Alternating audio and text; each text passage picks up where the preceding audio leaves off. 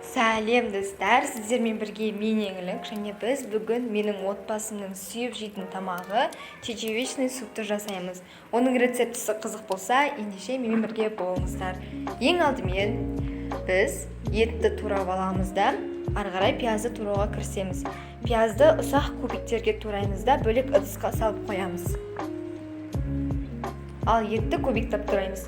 Ал сәбізді соломка ретінде тураймыз.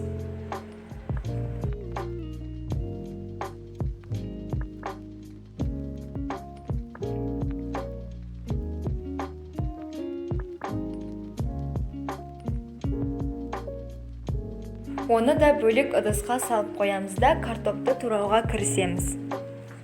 Картопты 4 пұшықтап турауға болады. Ол өзіңіздің қалауыңызша.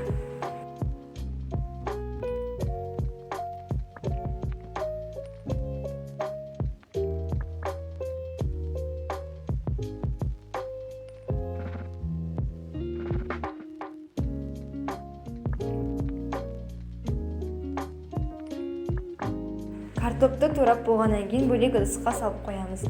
Міне бізде картоп, пияз, сәбіз және ет. Қазанға май құйып қыздырамыз да, етімізді қуырамыз. Етті 5-7 минут қуырған жөн.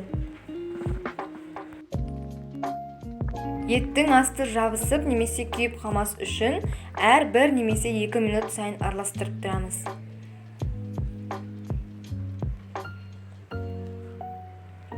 7 минуттан кейін бізде еттің түсі осындай болады. Ол уже бізге пияз салуға болады деген сөз. Пиязымызды салып, тағы да 5-6 минут қуырамыз. Араластыруды ұмытпаймыз. Қуырып болғаннан кейін сәбізді салып, 5-10 минут қуырамыз. Қуырып болғаннан кейін картопты салып, оны да араластырып, 5 немесе 7 минут қуырамыз. Қуырып болғаннан кейін томат пастасын салып, тағы да араластырамыз да 5 минут қуырамыз.